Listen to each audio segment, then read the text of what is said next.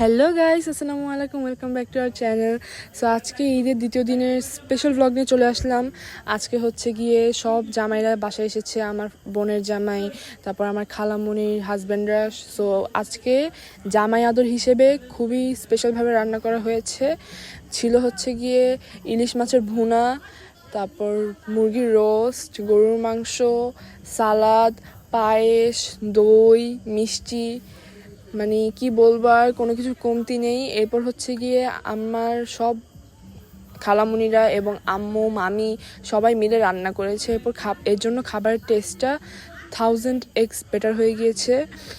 এরপর হচ্ছে গিয়ে আমরা সবাই মিলে খাবারটা খেয়েছিলাম মাচায় বসে, কারণ মাচায় খুবই বাতাস থাকে এবং রোদও থাকে না, পরিবেশটা খুবই সুন্দর থাকে। ওখানে খেতে গেলে খাবার টেস্টটা এভাবেই মজা হয়ে যায়।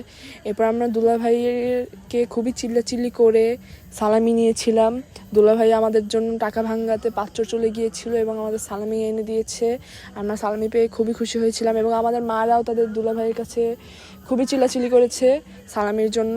এবং খাবারটা খুবই মজা হয়েছিল। আজকের জন্য এটুকুই, আবার পরে দেখা হবে। আসসালামু আলাইকুম, বাই বাই।